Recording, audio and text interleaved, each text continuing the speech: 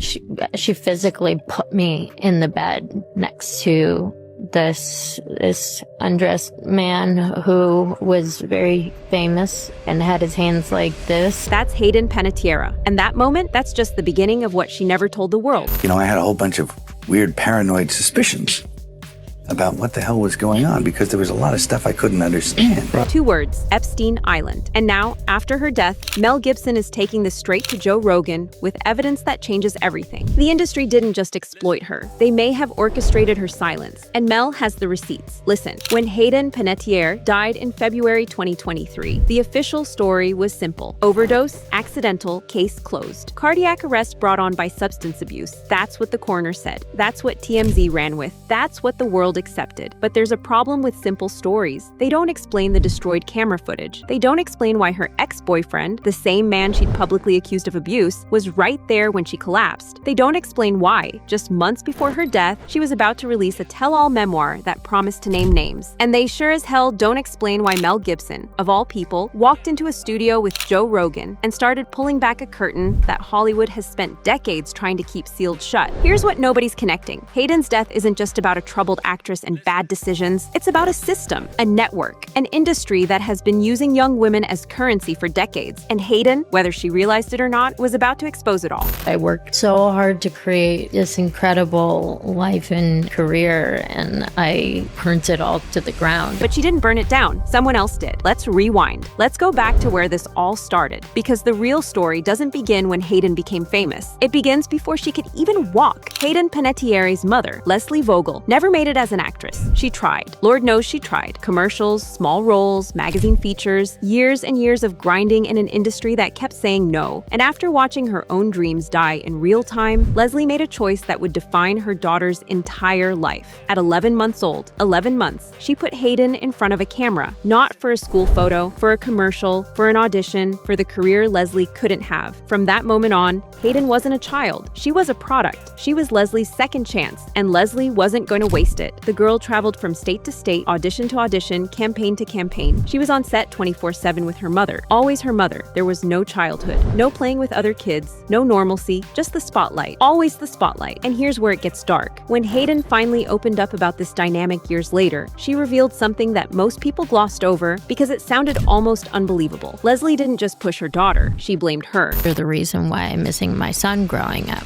That's Leslie talking to an 11-year-old child. That's a mother telling her daughter that she's responsible for the fact that Leslie was missing her son's childhood. Think about that. A child holding guilt for her mother's life choices. A child shouldering responsibility for her brother's pain. A child who never asked for any of this. I've gone through periods of time where we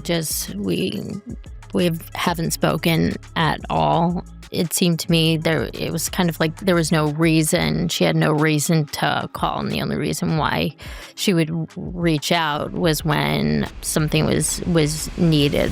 That's not a mother-daughter relationship. That's a manager and a client. That's a woman using her daughter as a vehicle for the fame she never got. And now, looking back at Hayden's entire life trajectory, it becomes clear. Every trauma that followed, every bad decision, every toxic relationship, it all traces back to this original wound. A child who learned early that her value wasn't as a person. It was as a commodity, but the industry didn't stop there. It got so much worse. Fast forward. Hayden's 18 years old. She's been in the spotlight for nearly 2 decades. Heroes is a hit. She's the girl everyone knows. The girl every young woman wants to be. She's at the top of her game, and she has absolutely no idea what's about to happen to her. Someone she trusts, someone she believes is protecting her, tells her about an event, an exclusive gathering, important people, the kind of doors that open careers, the kind of invite that changes everything. Hayden says yes because she's been trained her entire life to say yes, to show up, to do what she's told, but this wasn't a party. This was a boat, and it wasn't full of industry professionals who wanted to talk business. It was something else entirely. She physically put me in the bed next to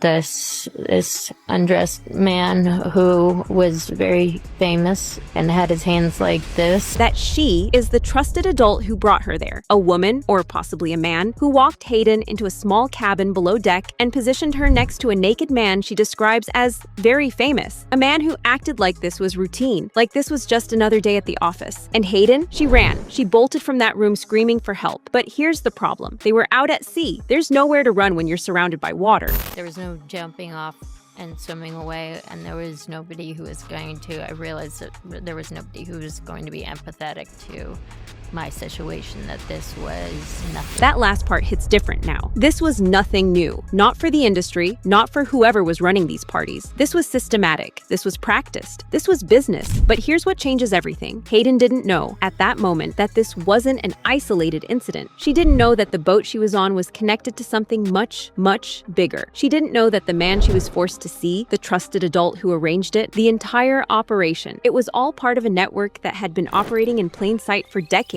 It was Epstein's circle, and Hayden Panettiere had just been introduced to the machine. What happens next is almost calculated in its cruelty. After the boat incident, Hayden's mental state starts to spiral. She's traumatized, she's confused, she's 18 years old, and she just survived something that most people never recover from. And the industry, the same industry that put her in that cabin, has the perfect solution: pills. Not psychiatric intervention, not real help, not therapy from someone who actually gives a damn. Pills. And they come from someone she trusts. Wait, rewind that. She was 16 when this started, not 18. This wasn't just after the boat. This was before. This was preparation. This was grooming on a chemical level. They got her hooked before they ever put her on that boat. They made sure that when the trauma came, when the reality of what she was being forced into became unbearable, she already had her escape hatch. She already had her coping mechanism. She was already dependent. That's not accidental. That's not someone being nice. That's someone preparing a girl for exploitation. That's someone making sure she wouldn't tell. That's someone ensuring her silence through addiction. And by the time Hayden realized what was happening, by the time the trauma of those parties started to pile up, she was already broken. She was already numb. She was already using substances to survive her own life. Now, here's what makes this even more sinister. Hayden wasn't alone. When she died, the internet immediately drew a parallel to Aaron Carter, another child star, another story of industry pressure, another journey from the spotlight to addiction to death. And Aaron's story is almost identical in structure. A controlling parent, pressure to perform from infancy, exploitation, substances to numb the pain, an early, suspicious death, same script, different girl, different boy. But how many Haydens and Aarons are there? How many child stars have come through this machine and come out broken? And how many of them died before they could tell the world what really happened? That's what Mel Gibson started asking himself, and that's what he decided to expose. Mel Gibson moved to Hollywood in the late 1970s. He came from Australia, he came from the outside, and the first thing he noticed, the very first thing, was that something was deeply, profoundly wrong.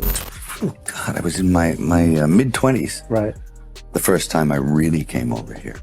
You know, I had a whole bunch of weird paranoid suspicions about what the hell was going on because there was a lot of stuff I couldn't understand. Right.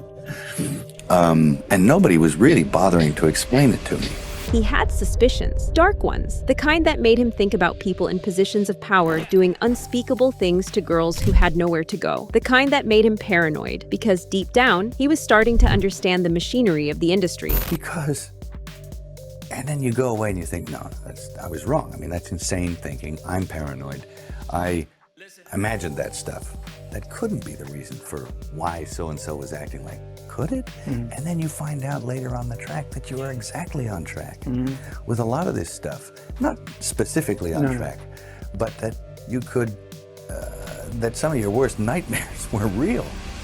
For decades, Mel sat with this knowledge. He knew, he saw it. He tried to warn people, but nobody listened. In interviews, in cryptic comments, in veiled references, he kept trying to tell us, and we ignored him. Then came the Epstein files. Then came the Diddy lawsuit. Then came a mountain of evidence that everything Mel had been saying for years was actually horrifyingly true. That's not speculation. That's not paranoia. That's Mel Gibson describing the actual mindset of powerful men in the industry. And when you hear that, when you let that sink in, Hayden's story becomes clearer, because that's not just one producer's philosophy. That's the foundation of an entire system. Now, one name keeps surfacing: Steve Jones, Hayden's ex-boyfriend, a Welsh television presenter, a man who, on the surface, seems like just another bad relationship. But here's where it gets interesting. Steve Jones was seen on yachts with Hayden constantly. That's actually how people found out they were dating. Paparazzi photos of them on the water. And when you start digging into Steve's history, when you start looking at who he was connected to, a pattern emerges that's impossible to ignore. Steve was close to Diddy, so close that he actually saved Diddy from drowning once, on Diddy's yacht. And according to blind items from 2022, before Cassie's lawsuit, before any of the recent Diddy allegations came out, Steve was making Hayden a regular at Diddy's yacht parties. Think about that timeline. Hayden's on boats, Hayden's at parties, Hayden's surrounded by some of the most connected men in entertainment. And according to multiple sources, Mel Gibson's investigation has tied all of this back to Epstein's network. The boats, the parties, the industry elite, the young women brought in and exploited. It's the same machine, different faces, same corruption. Here's what happened that should have made headlines everywhere but somehow didn't. After Hayden's death, Mel Gibson walked into a police station with evidence. Not speculation, not rumors, evidence. And according to reports, he handed over information directly connecting Steve Jones to the Epstein operation. Not just Epstein, the entire trafficking ring. The network of handlers, the people at the top who orchestrated these parties and profited from the exploitation. Mel has names. Real names. Names of people who are still active in Hollywood. Names of producers, executives, handlers. People who are still operating the same machine that destroyed Hayden Panettiere. And he's been trying to tell us this for years. Decades, even. When Michael Jackson was being accused of being a predator, Mel reached out to Santa Barbara police with different names. Names of the actual predators. And they brushed him off. So Mel decided to make a movie instead. A movie that would show the world what was happening. And that movie was Sound of Freedom. Sound of Freedom wasn't supposed to come out in 2023. It was supposed to come out in 2018. That she struggled with addiction and her demons won. But here's what the official story doesn't explain. Why was Brian Hickerson, her abusive ex, who she'd publicly accused and distanced herself from, right there when she collapsed? Why did they have Narcan on hand if this was a surprise overdose? Why was there destroyed camera footage from the location? Why did her death happen just weeks before her memoir was set to come out? And most importantly, why did Mel Gibson walk into an FBI office with evidence directly linking her death to an active trafficking investigation? Exactly. Suspicious as hell. And this is where we arrive at the live exposure. Mel Gibson, sitting across from Joe Rogan, decided to stop being cryptic. He decided to stop making movies that hint at the truth. He decided to go public. On one of the biggest platforms on the internet, he laid it out. Hayden Panettiere wasn't just an actress who struggled with addiction. She was a victim of organized trafficking. She was brought to parties run by Epstein's network. The Epstein files exposed dozens of names, but nobody's been arrested besides the few already in prison. Diddy's lawsuit opened doors, but how many other producers and executives are still operating? How many other networks are still active? The system didn't stop. It just got more careful. And Hayden's death, whether it was accidental or orchestrated, whether it was suicide or murder, it stands as a warning. It says, speak up and we will silence you. Tell the truth and we will destroy you. Escape the machine and the machine will hunt you down. That's the message Mel Gibson is trying to send. That's the message Joe Rogan gave him a platform to amplify. That's the message we all need to hear. Because if we don't, if we let Hayden become just another tabloid story, just another sad celebrity death, just another tragedy in a long line of tragedies, then we're complicit. We're enabling the silence. We're allowing the machine to keep running. Don't believe what you see in a picture. There's so much more going on. She was talking about the highlight reel, about the carefully curated image of success and glamour, but she was also warning us that beneath the surface of the entertainment industry, something dark and systematic is happening. And now, through Mel Gibson on Joe Rogan, we're finally seeing what's been hidden all along. The question is, what are we going to do about it?